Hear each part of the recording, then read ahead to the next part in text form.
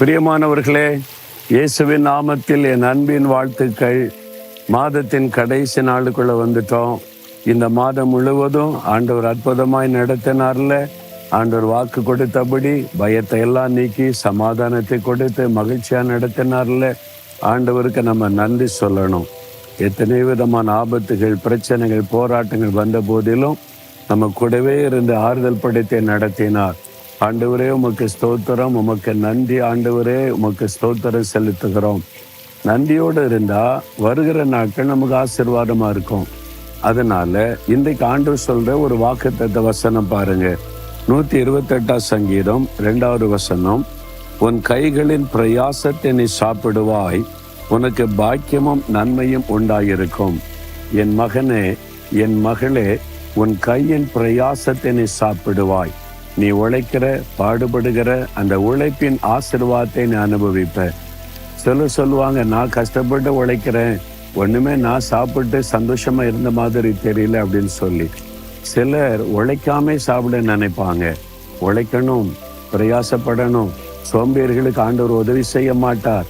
வேலை செய்யாமல் இருக்கிறவன் சாப்பிடாமல் இருக்க கடவன் அப்படின்னு ஆண்டவர் சொல்லி இருக்கிறார்.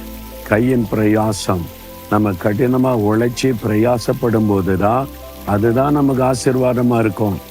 கஷ்டப்படுறவங்க, ஏழைகள், தரித்திரர், முடியாதவங்களுக்கு அரசாங்கம் உதவி செய்யலாம், மற்றவங்க உதவி செய்யலாம். திடகாத்திரமான சரி இருக்குது, உழைக்க பலன் இருக்குல்ல. நீங்களும் இலவசங்களை வாங்கி சாப்பிட்டுக்கிட்டு சும்மா இருக்கலாம்னு நினைச்சா ஆசீர்வாதம் இருக்காது. அதனால உழைக்கணும். கையின் பிரயாசம் தான் ஆண்டவர் சொல்றாரு. உழைக்க ஒப்பு கொடுங்க, வேலை செய்ய ஒப்பு கொடுங்க. என்ன வேலை கிடைக்கிறத செய்யுங்க. அதை கர்த்தர் ஆசீர்வதித்து உங்களை அதில் உயர்த்துவார். அது மாதிரி உனக்கு பாக்கியமா நன்மை உண்டாகும். அவங்க தான் பாக்கியவான்கள், பாக்கியவதிகளா இருக்க முடியும். அப்பதான் நன்மை உங்கள் வாழ்க்கையில உண்டாகும். ஏதோ ஒரு நன்மையை எதிர்பார்க்கிறீங்க தானே.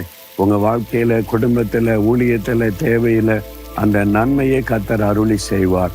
விசுவாசத்தோடு சொல்லுங்க, ஆண்டவரே, நான் கடினமா உழைப்பேன், சோம்பேறியா இருக்க மாட்டேன்.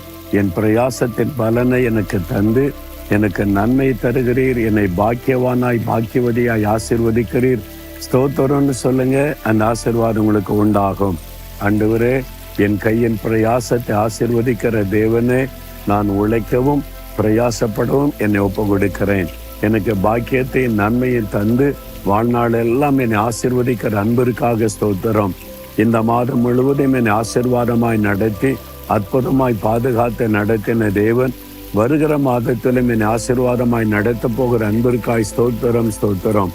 இயேசுவின் நாமத்தில் ஜெபிக்கிறேன். ஆமேன், ஆமேன்.